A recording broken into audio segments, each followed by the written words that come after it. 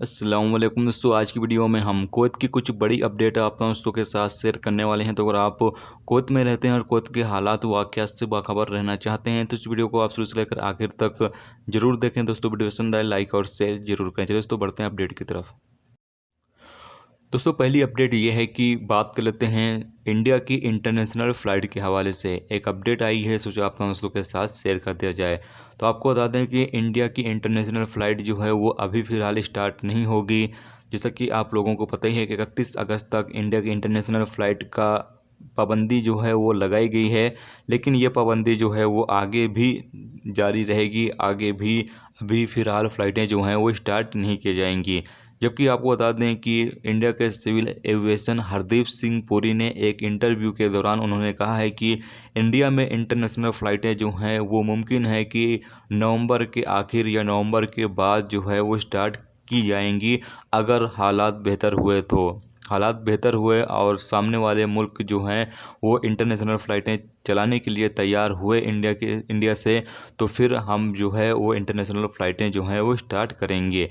जबकि उन्होंने आगे ये भी कहा है कि जो अभी वंदे भारत मिशन और एयर बबल और जेटेड फ़्लाइटें चल रही हैं, ये इसी तरीके से आगे भी फ़्लाइटें जो हैं वो जारी रहेंगी, जिससे कि जो विदेशों फंसे लोग हैं उनको इंडिया वापस लाने की जो कार्रवाई है वो की जाएगी।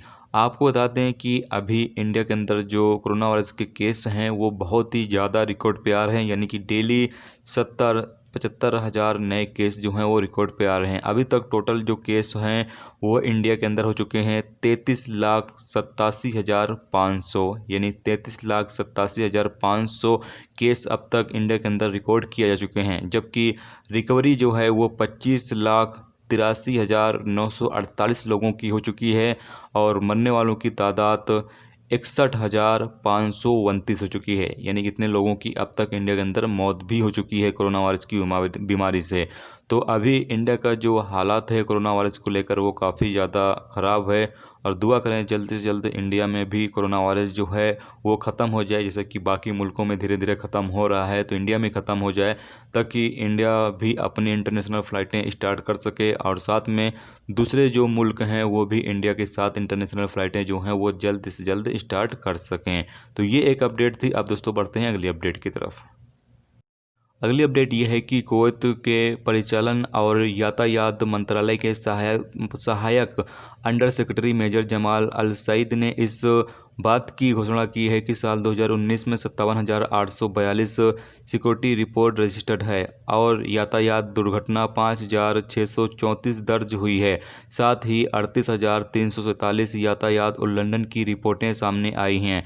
बता दें कि दर्ज आंकड़ों के अनुसार पुलिस ने 281 लोगों को गिरफ्तार किया था। इन सबके खिलाफ गिरफ्तारी वारंट जारी किए गए थे। वहीं 1025 व्यक्ति को जो गैर मौजूदगी मामले में थे और 2,136 व्यक्तियों को बिना किसी आइडेंटिटी प्रूफ के गिरफ्तार किया गया था।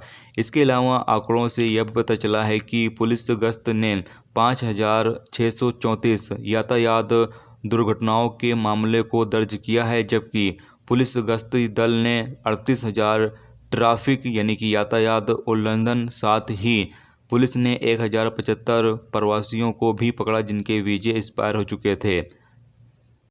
दोस्तों अगली अपडेट यह है कि कुवैत के डीजीसीए ने बड़ी घोषणा करते हुए कहा है कि कुवैत एयरपोर्ट पर सिर्फ यात्रा करने वाले यात्री ही प्रवेश कर सकते हैं। उनके साथ आने वाले किसी भी रिश्तेदार की एंट्री पर रोक लगा दी गई है, यानी कि कोई रिश्तेदार या दोस्त यार है तो वो एंट्री नहीं कर सकता, इस पर रोक लगा दी गई है।